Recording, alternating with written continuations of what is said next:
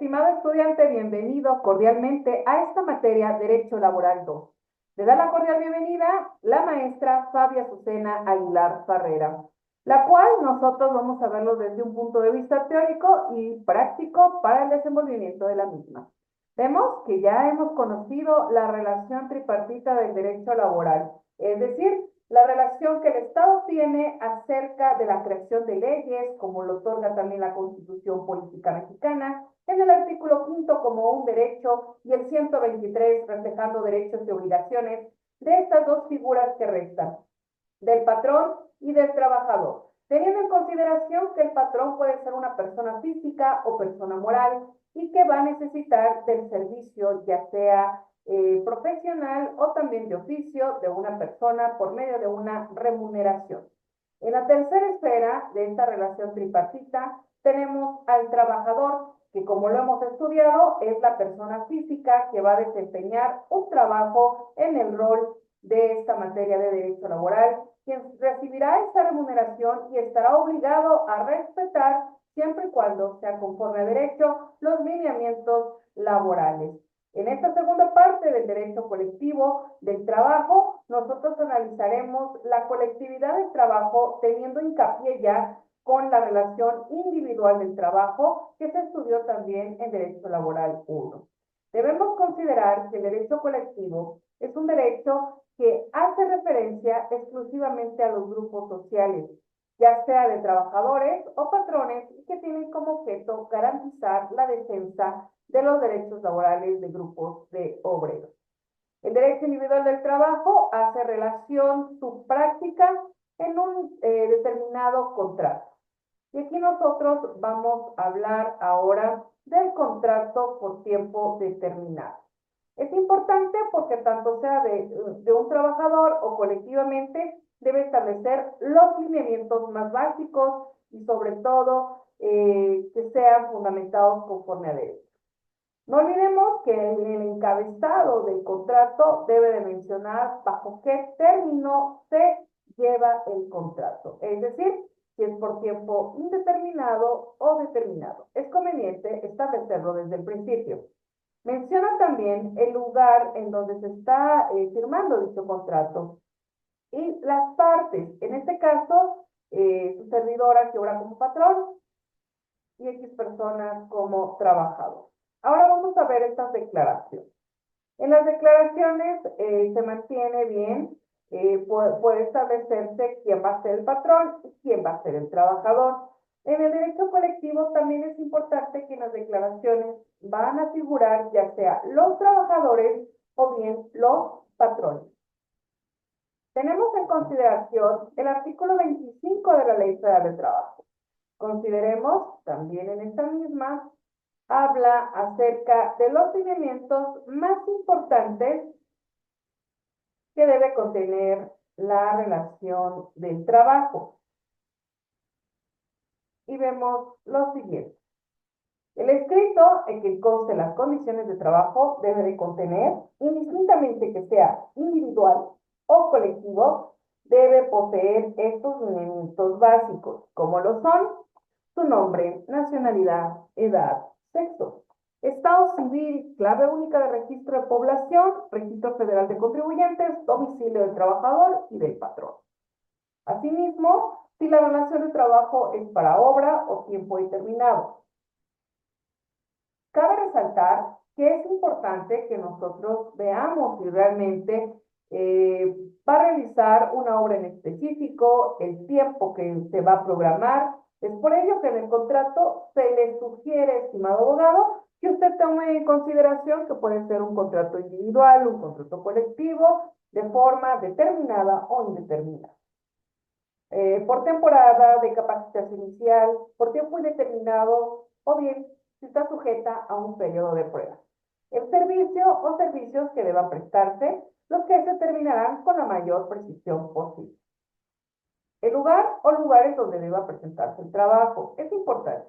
En los contratos colectivos, al tener muchísimos trabajadores, también se puede establecer dentro del mismo contrato si va únicamente a trabajar en una área laboral o va a distribuir su servicio en otra. La duración de la jornada. Recordemos las jornadas diurna, nocturna y mixta. Diurna, 8 horas, mixta, 7:30 y nocturna, 7 horas. La forma y el monto del salario es importante fijarlo desde el momento que nosotros estamos contractuando a los trabajadores para que no exista ningún inconveniente. La indicación de que el trabajo será capacitado o adiestrado.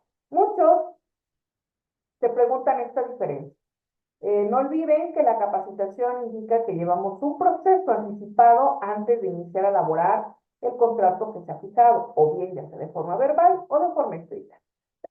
Es aquel que nos invitan a participar ya en las actividades laborales y conforme pasa el tiempo y el conocimiento de la actividad misma, vamos nosotros como trabajadores conociendo el área laboral que nos corresponde, nos están adiestrando, siempre y cuando nosotros ya recibimos sueldo. En la fracción novena, dice, otras condiciones de trabajo, tales como los días de descanso, vacaciones y demás que convenga el trabajador, así como la designación de beneficiarios, a los que refiere el artículo 501, en caso que se requiera. Es por ello que ahorita en el derecho, digamos, colectivo, estamos hablando del trabajo como las diversas figuras, sujetos e institución que lo componen,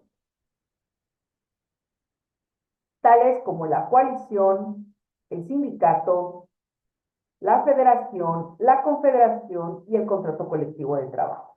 El contrato ley, el reglamento interior del trabajo, huelga, entre otros. La coalición es algo que desde la Constitución no nos prohíbe tener una asociación, es decir, asociarnos, estar en coalición con otro grupo de personas en defensa de nuestros derechos laborales, y a esto le vamos a llamar sindicato.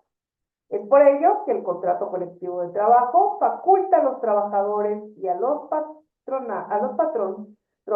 otorgarnos e intervenir como grupo en la solución de problemas económicos derivados de los contratos de trabajo.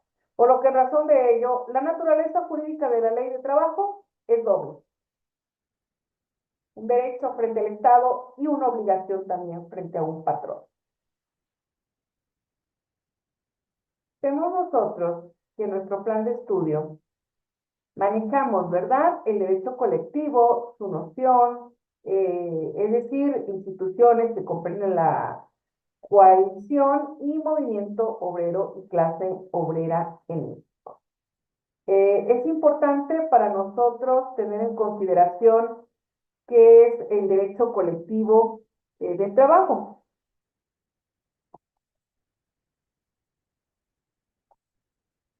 La diferencia con el individual.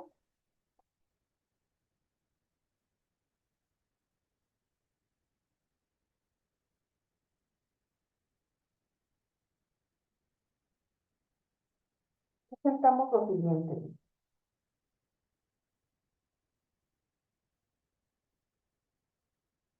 Saludos cordiales. Permítame un tantito. Compartimos pantalla.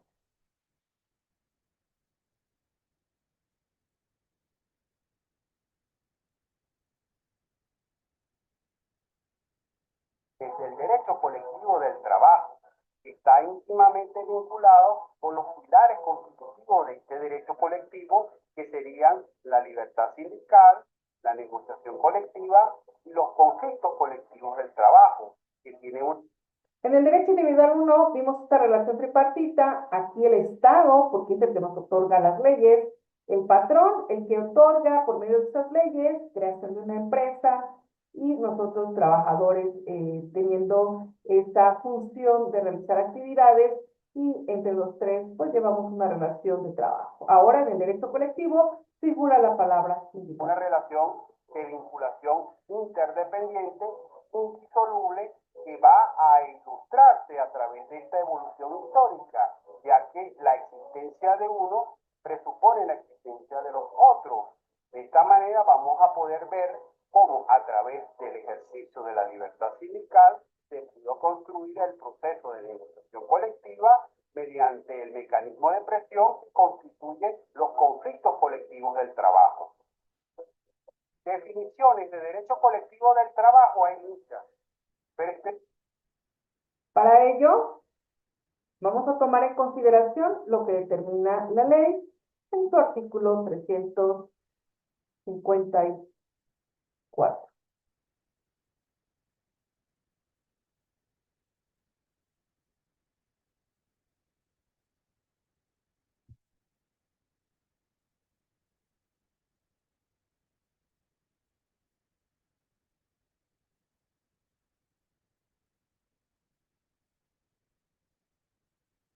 Menciona, la ley reconoce la libertad de coalición de trabajadores y patrones, es decir, la misma ley federal de trabajo nos invita y no prohíbe esa coalición.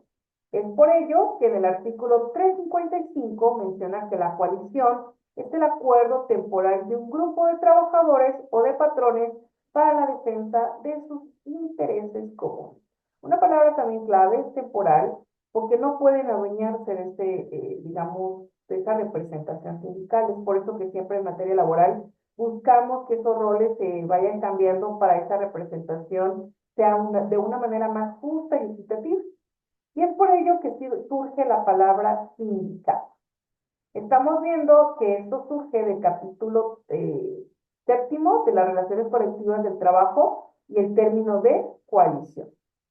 Con ello, los sindicatos es la asociación de trabajadores o patrones constituida por el estudio, mejoramiento y defensa de sus respectivos intereses.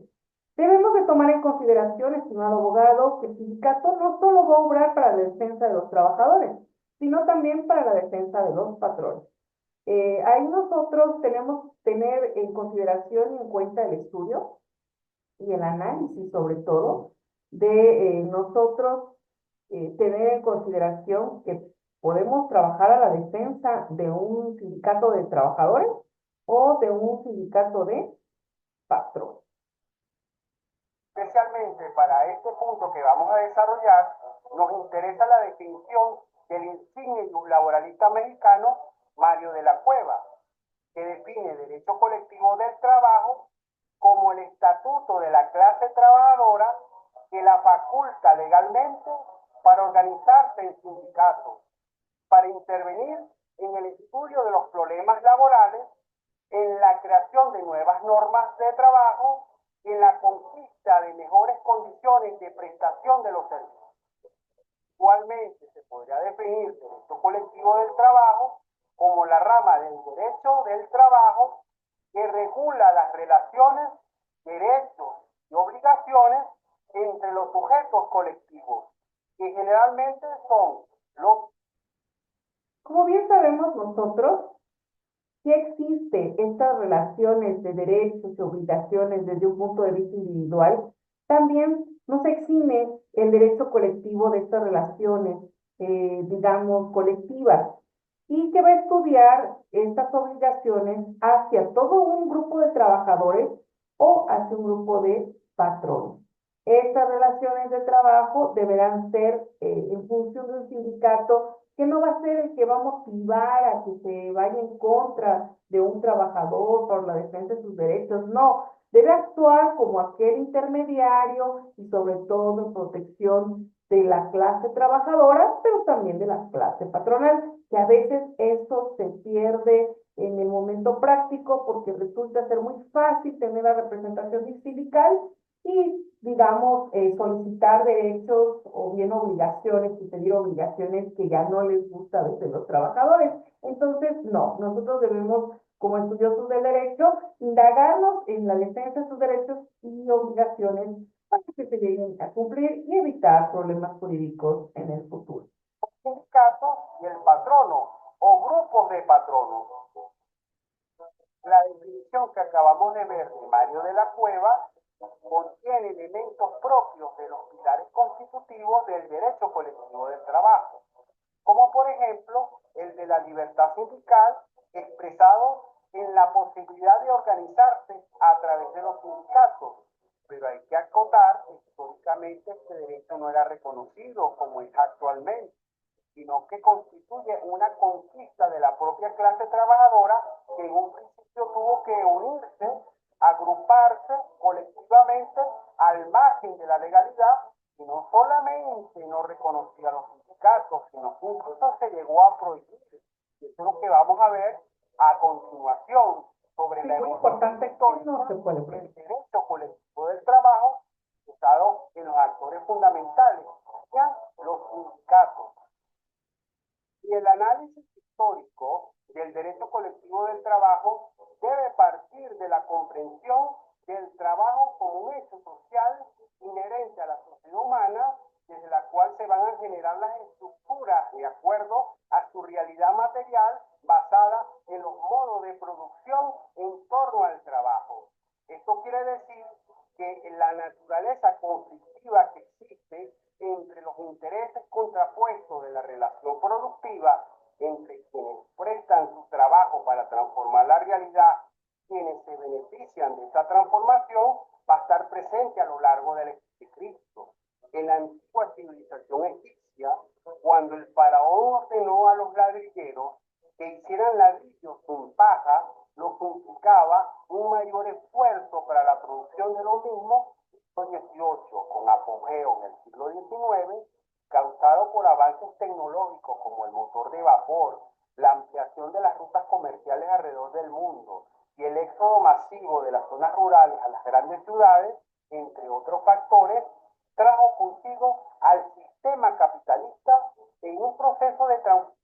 Este sistema capitalista abonó a este proceso de trabajadores en donde pues el capitalismo exigía, digamos, la actividad laboral y la remuneración de esa actividad. Es por ello que determinaron también que el salario, que si bien tenemos nosotros esa referencia que era la SAT que se le daba al principio en nuestra historia diariamente y que era parte del sueldo, que hoy en día lo tenemos entablado, pero al tener este sistema capitalista, pues el salario era propio, independiente y dependía muchísimo de la actividad laboral que cada uno desarrollaba. Es por ello que nosotros, esta gran parte de la defensa de los derechos sociales, surge a través de estas necesidades del comercio. Hemos visto nosotros ahí la implementación de tecnología, en donde bien podemos ver que el avance tecnológico o nos permite tener más, digamos, actividades en conjuntos sindicales o también las puede estar prohibiendo debido al uso de la tecnología que hoy en día algunas labores ya han logrado sustituir a la materia física personal de nosotros los trabajadores. Así que, seguimos. Formación tan profundo que no se ha visto en la humanidad desde el periodo neolítico, y eso trajo consigo unos cambios tan profundos en lo económico, en lo tecnológico, en lo político y en lo social, en situación de hecho más que de derecho, que autores como Mario de la Cueva van a dividir en distintas etapas la historia del movimiento obrero, movimiento sindical, que es la misma historia del derecho colectivo del trabajo, por cuanto este último es producto de las conquistas del accionar colectivo de la clase obrera, procurando el reconocimiento de sus derechos naturales. Estas etapas son la etapa de la prohibición, la etapa de la tolerancia. Prohibición porque ya existían ciertos lineamientos de que la clase trabajadora en conjunto no debería realizar, tolerancia para ambas partes, que se reglamentara como hoy en la Ley Federal de Trabajo.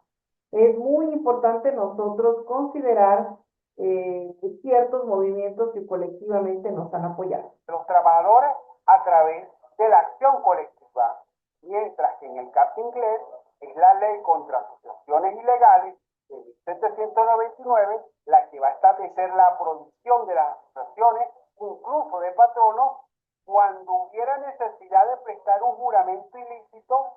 Como estamos viendo que en la historia, o sea, no también fue aceptable la colectividad. Fue también rechazado el trabajar de manera colectiva, no solo para los trabajadores, sino también para los patrones.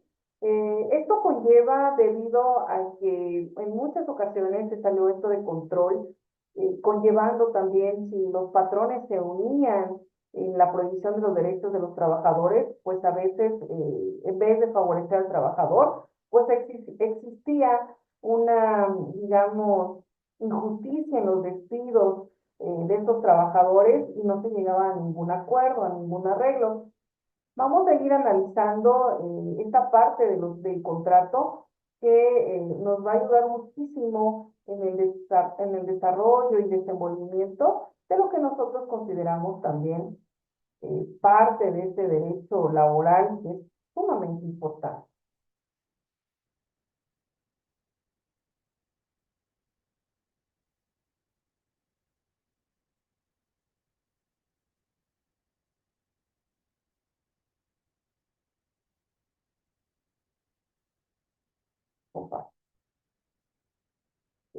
Y ya vimos entonces que en las declaraciones se debe dejar en claro si es un contrato individual, un contrato colectivo, cuántos sujetos intervienen. Estamos viendo que en las cláusulas de un contrato debe ser muy importante determinar cuánto tiempo va a trabajar o bien de qué depende su actividad. Es importante también fundamentarlo, que el trabajador declara haber recibido una completa exhibición del periodo de prueba de trabajo o no, si entra administradamente, como hemos mencionado. Estamos hablando también sus días de trabajo, cuántas horas va a trabajar y su jornada, y sobre todo el sueldo, ¿verdad? Es algo que muchos de los trabajadores estamos pendientes, pero no vemos que también puede cumplirse con una obligación que son las jornadas de trabajo. Estamos también haciendo mención que el patrón probablemente puede inscribirlo al seguro social. Esta prestación surge también de una necesidad colectiva, en donde muchos trabajadores, también por el exceso de trabajo, logran, o anteriormente, ¿verdad? Antes que hoy en día, existían muchas enfermedades derivadas del trabajo. Entonces, Instituto Mexicano del Seguro Social, que hoy en día conocido como IMSS, lleva una relación muy importante con el derecho individual, con el derecho colectivo, para que nosotros podamos ser atendidos en materia de salud. Y es algo bien importante para nosotros conocer cómo nos podemos dar de alta ante el seguro, ¿verdad? Y si vamos a obrar como persona individual perteneciente a un contrato individual o a un contrato colectivo. Esa es la importancia de esto. Ver también que ambas partes quedan sujetas a disposición de la ley y que determinan, ¿verdad?, con el contrato testigo. Estamos considerando también eh, el derecho colectivo, pues entonces, como el conjunto de normas jurídicas que regulan las relaciones entre patronos y trabajadores, no de modo individual, sino en atención a los intereses comunes, a todos a ellos, a los grupos profesionales. Principios. Alcance, identificarse de los principios. La identidad del derecho del trabajo como una rama diferenciada resulta esencialmente la existencia de propios principios. En tanto ellos informen el ordenamiento jurídico laboral, está asegurada la subsistencia de aquel. Se define como las proposiciones genéricas de las cuales derivan las demás normas componentes de un sistema. Recepción de los principios del derecho del trabajo en el derecho positivo. La formulación de los principios del derecho del trabajo es fruto de su extracción perdón, del complejo normativo laboral, tal como se ha manifestado durante el siglo XX. Este complejo normativo varía de país en país, eso sí, va variando el derecho colectivo de México con el derecho colectivo de otros países. Sin embargo, como la Organización de Trabajadores Internacionales puede llegar a ciertos lineamientos en conjunto. Se expresan tales principios y su exposición sistematizada cabe ubicarla como los principios del derecho del trabajo del respectivo ordenamiento jurídico nacional. ¿Cuáles son los fines? Estamos hablando de la nivelación de las fuerzas sociales mediante reconocimiento a los organismos de representación. Estos organismos de representación son los sindicatos.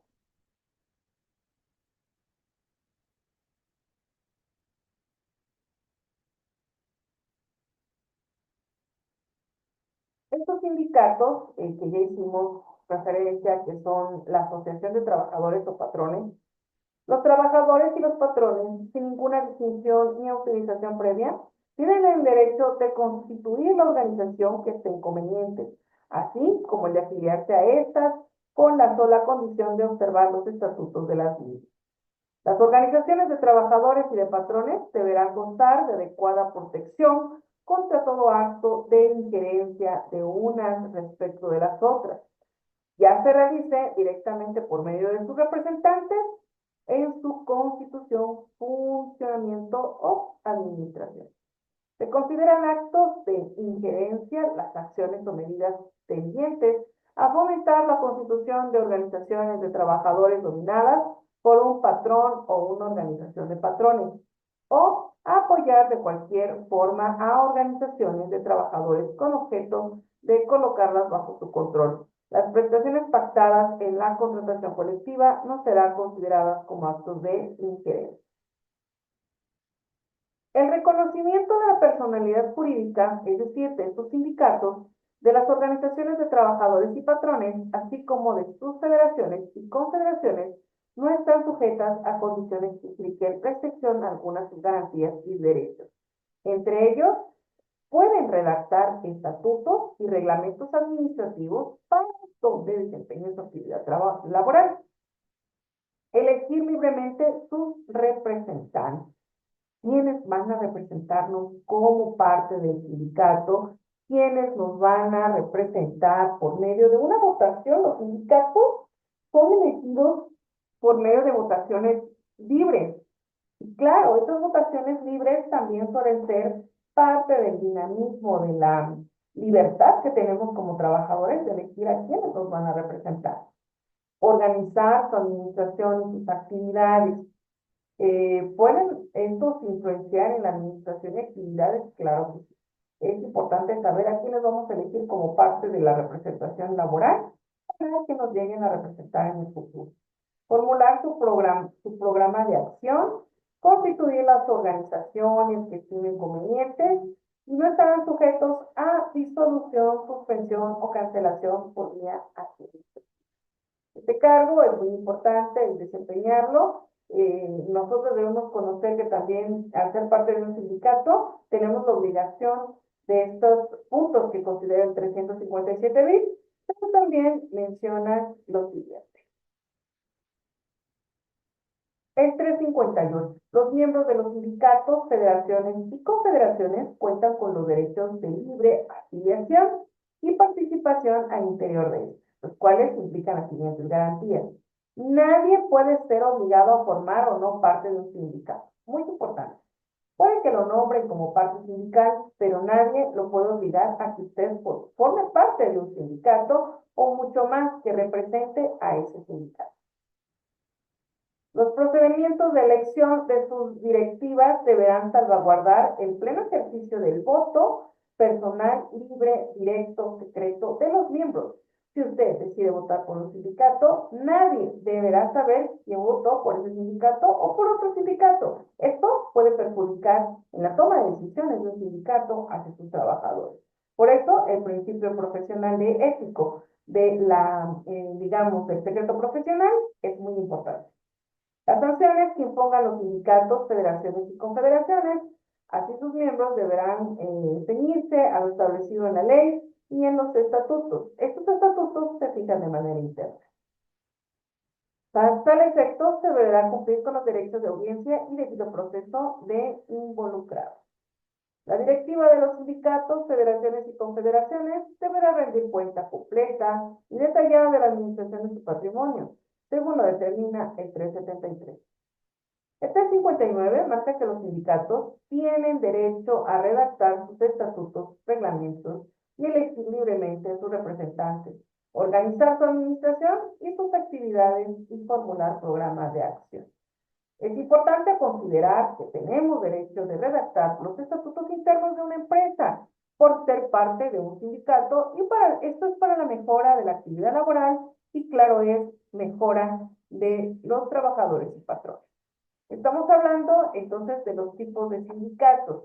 El 360 es importante, estimado licenciado, que usted lo considere en la actividad final que estamos por evaluar. ¿Por qué? A pesar de que el 3, digamos, 54 lo menciona, el 350 y, vamos ahorita para no errar, 356, es importante también considerar qué tipos de sindicatos podemos tener. Y estos tipos de sindicatos son claros y precisos en el 360 de esta ley tan importante federal de trabajo.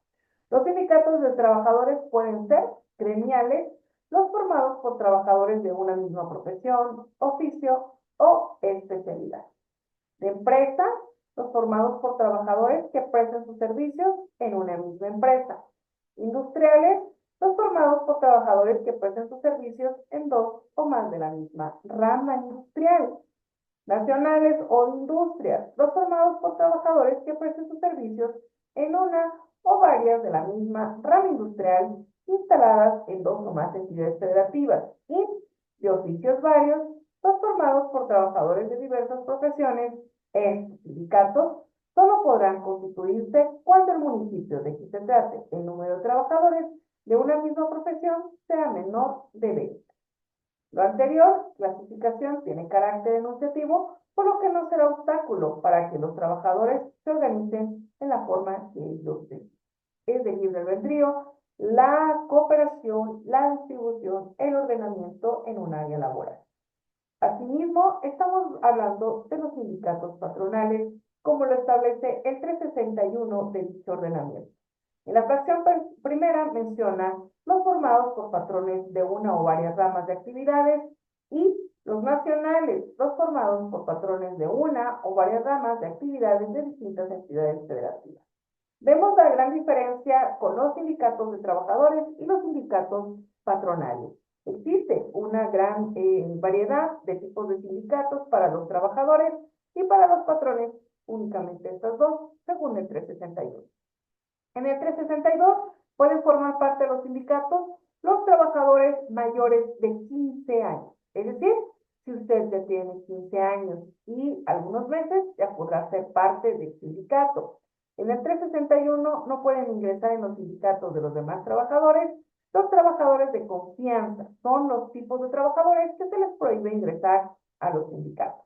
¿Por qué? Porque debido a que a veces el contrato de confianza no establece un lineamiento laboral permanente, entonces se evita a que si pueda ser elegido como parte del sindicato y ya no continúa posteriormente en su contrato, entonces pues usted ya no obraría como la representación. Entonces aquí se está considerando que los trabajadores de confianza no deben ser por este motivo, considerando ser parte del sindicato. Los estatutos de los sindicatos podrán determinar la condición y los derechos de sus miembros que sean promovidos por un puesto de confianza. Y por último, estamos tomando en consideración en esta sesión el 364. Los sindicatos deberán constituirse con un mínimo de 20 trabajadores o con 3 patrones por lo menos. Este dato es muy importante para la actividad final debido a que nos menciona el número de personas que pueden integrar un sindicato y que no debe ser mínimo de 20, esto es parte elemental, para que sea considerado como un contrato colectivo y que exista una representación sindical.